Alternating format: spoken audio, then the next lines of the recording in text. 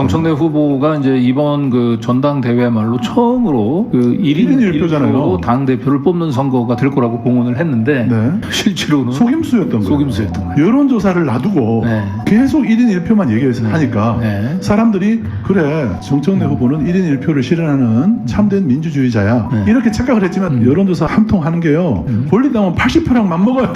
사실은 눈속임에 속은 겁니다. 우리는 그쪽을 거의 신경을 안 썼는데 저쪽에서는 저렇게 용의주도하게 하고 있었던 것이고, 그리고 사실은 최민희 의원과 나머지 3인방도 이걸 알았을까라고 하는 부분인데, 여기 보시면 최민희 계정으로 올라온 홍보글에 보면 여론조사 1응답이 권리당원 80표. 이런 얘기를 하고 있었던 거예요. 우리는 사실 이런 비중에 대해서 간과하고 있었잖아요. 그런데 여론조사 응답하면 말로는 1인 1표제에 정말 정당 민주주의가 실현되고 있다라고 홍보하면서 뒤로는 권리당원 80표. 그러니까 대의원들보다 더 센 비중을 이쪽으로는 열어놓고 그쪽으로 투표를 하도록 독려하고 있었던 겁니다. 그리고 아래 보세요. 02-3775-1498. 이게 우리는 모르고 있었던 두 개의 여론조사 기관의 대표 번호예요. 이거를 얘기해주고 있는 거예요. 그리고 아래는 02-2102-2009. 네, 뭐 지금 뭐 메타보이스 뭐 이런 업체는 이미 알려져 있는데 그 두 업체의 전화번호를 이렇게 까주면 어떻게 됩니까?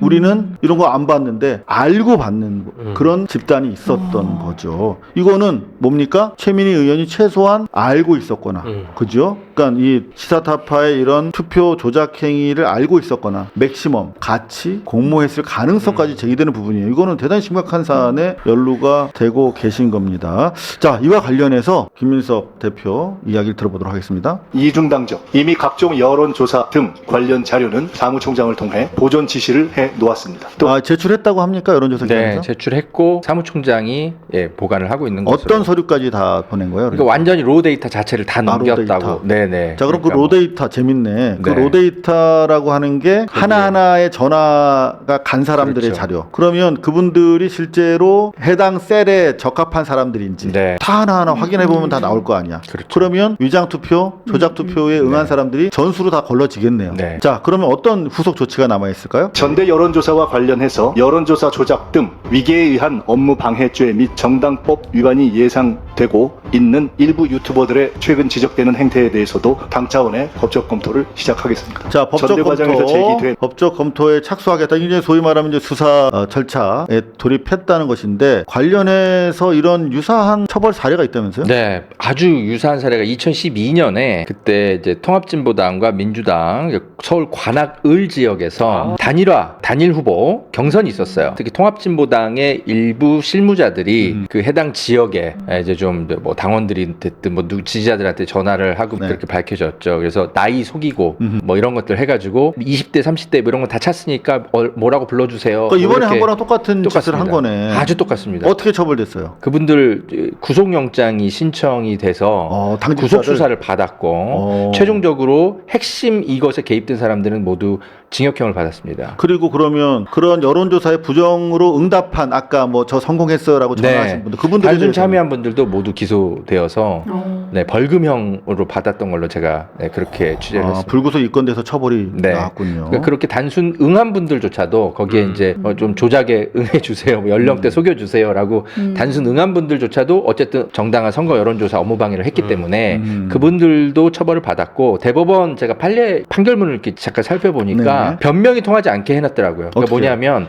우리는 그냥 여론조사 그냥 참여 독려만 했을 뿐이다. 뭐 그렇게 좀 변명들을 시사타파 처음에 하셨나 등에서도 봐요. 이제 그런 식으로 예, 변명을 하고 있어요. 근데 미필적으로 이런 행동을 함으로써 영향을 끼친다는 인식만 갖고 있었어도 이거는 범죄가 성립이 된다. 이렇게 해서 파기환송해가지고 다 처벌을 시켰더라고요. 지금 이제 업무 방해 등의 혐의가 적용이 될 것으로 보이는데 당시에 이제 관악을 하나의 지역에서 있었던, 그리고 단일 후보, 야권의 단일 후보를 뽑기 위한 경선이었어요. 그러니까 이번에 비하면 작지. 사안이 아주 작은 네, 데도 불구하고 몇 개 샘플만 조작된 걸로 최종 수사 결과 들어. 그럼에도 불구하고 이제 구속이 됐단 말이에요. 근데 이번은 당의 대표 최고위원을 선발하는 경선이었어요. 네. 훨씬 스케일이 크고 어떤 정당의 업무 활동에 방해되는 그 규모가 현장 그 물증이 있는 건데 뭐 저걸 자랑이라고 라이브를 하고 앉았나 일단 싶고 아마 이기면 문제가 안 될 거라고 생각하고 저렇게 했을 것 같아요. 그렇죠. 이겼으니까 정청래가 승자니까. 그렇죠. 그러니까 그런 면에서 더 좀 악질이라는 생각이 들고 저거 태극기 할배들이 하던 일입니다. 이런 거. 그러니까 아마 저게 이제 80표라고 하시는데 2대 남녀로 허위 답변했으면